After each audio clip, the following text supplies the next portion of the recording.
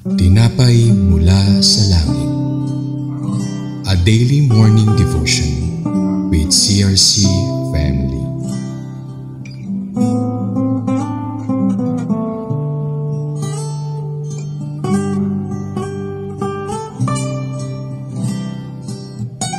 Mapagpalang umaga po sa lahat. Ako po si Pastora Maria Escarcia ng CRC Queens Robaco or Daughter Church. Samahan niyo po kami sa ating programang Tinapay Mula sa Langit, ang pang-araw-araw nating debosyon sa salita ng Diyos. Ngayong umaga ay matutunghayan natin ang mga kaganapan sa Deuteronomy chapter 30 verses 15 to 18. Ngunit bago po tayo magpatuloy, tayo'y dumako sa maikling panalangin. Aming Amang Diyos na makapangyarihan sa lahat, maraming salamat po sa panibagong araw na ito na inyong ipinagaloob sa amin. Salamat po sa inyong salita na muling nagpapaalala sa amin ng kapangyarihan ng aming mga pagpili. Ngayong araw, Panginoon, buksan mo po ang aming puso at isipan upang maunawaan namin ng inyong kalooban. Tulungan mo kaming piliin ang buhay na nakaugat sa pag-ibig sa iyo, sa pagsunod sa iyong mga utos. Amen. Ang title po ng ating pag-aaralan sa araw na ito ay The Choice. At ang Bible text po ay makikita sa Deuteronomy chapter 30 verses 15 to 18. Verse 15, See, I set before you today life and prosperity, death and destruction. For I command you today to love the Lord your God, to walk in obedience to Him, and to keep His commands, decrees, and laws. Then you will live and increase, and the Lord your God will bless you in the land you are entering to possess. Verse 17, But if your heart turns away and you are not obedient, and if you are drawn away to bow down to other gods and worship them, verse 18, I declare to you this day that you will certainly be destroyed. You will not live long in the land you are crossing the Jordan to enter and possess. Pagpalain po ang pagkakabasa ng salita ng Diyos.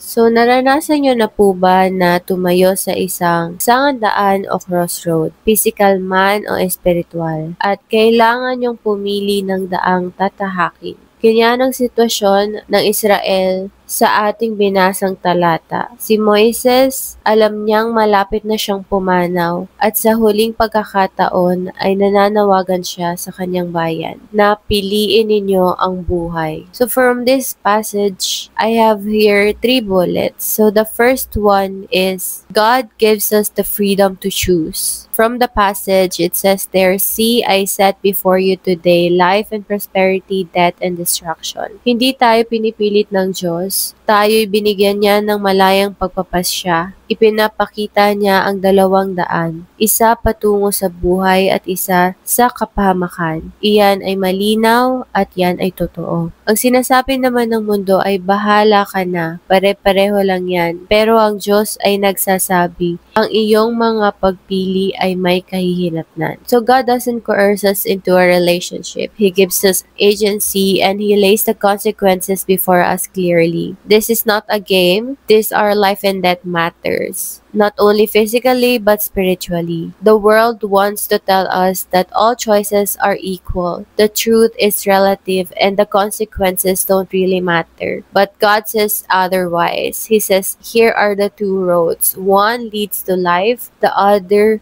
to destruction. So pangalawang bullet po is choose life means loving and obeying God. So from the passage, it says there, For I command you today to love the Lord your God, to walk in obedience to Him, and to keep His commands. Ang pagpili ng buhay ay hindi lang basta pagsunod sa mga utos. Ito ay pag-ibig. Ito ay relasyon. Kapag mahal mo ang Diyos, natural na susundin mo siya. Hindi ito pilitan, kundi pagtugon ng puso. Ang pagsunod ay daan patungo sa tunay na kapayapaan, kagalakan at pagpapala. Hindi palaging kaginhawaan pero laging may katuwang sa buhay. So this isn't just checking religious boxes. Choosing life is an act of love and relationship. It means walking with God daily. It means obedience. Yes, but not out of fear, out of trust. When we love God, obedience flows naturally. When we walk in His ways, we find peace, purpose, and blessing. Not always comfort, but always closeness to Him. So the third and last one is turning away leads to loss. It says there in the passage, but if your heart turns away and you are not obedient, you will certainly be destroyed. Hindi nagkukubli ang Diyos sa katotohanan. Kapag tayo ay lumihis ng landas, kapag ang puso natin ay naakit sa ibang bagay o umalis tayo sa presensya ng Diyos, hindi dahil iniwan niya tayo, kundi tayo ang lumayo. Ang pinakamalungkot na bahagi pa rito ay hindi ang parusa, kundi ang pagkawala natin sa piling ng Diyos. So God speaks plainly here. If we turn from Him, if we let our hearts chase idols, comfort, or sin, we will face the consequences. Not because God stopped loving us, but because we step away from the only source of life. The greatest tragedy isn't God's judgment, it's our own unwillingness to choose Him. So for our conclusion, so what about you today? You may be standing at a spiritual crossroads. Maybe you've been drifting, or maybe you've been truly made that choice to walk with God. Or perhaps you've been walking with Him, but you're facing new decisions that require faith and obedience. God is still speaking today. Choose life, not just for salvation, but in every decision, every relationship, every step.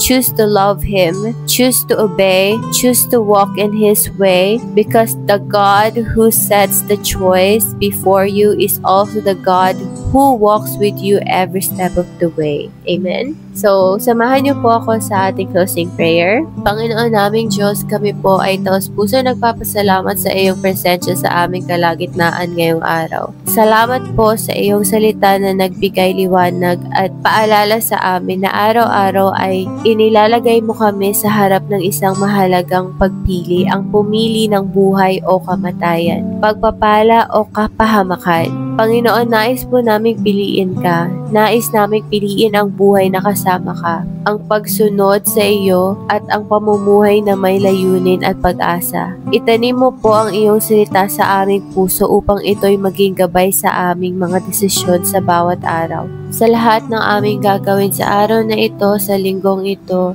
naway samahan mo po kami. Panatilihing buhay ang iyong mensahe sa aming isipan. At kahit sa gitna ng tukso at kahirapan, bigyan mo kami ng lakas upang manindigan at mamuhay ayon sa iyong kalooban. Ito ang aming samot panalangin sa pangalan ni Jesus. Amen. Maraming salamat po sa inyong pakikibahagi sa ating programa. Lagi po nating pagnilayan ang salita ng Diyos mula sa puso dahil lubos ang magiging kaunawaan natin dito. Muli po ninyo kaming samahan bukas sa pagninilay na kanyang mga salita dito sa programang Tinapay Mula sa Langit. Malaya po ninyong i-share ang video na ito upang kayo rin ay maging pagpapala sa iba. Pagpalain po tayong lahat ng ating Panginoon at magandang umaga po.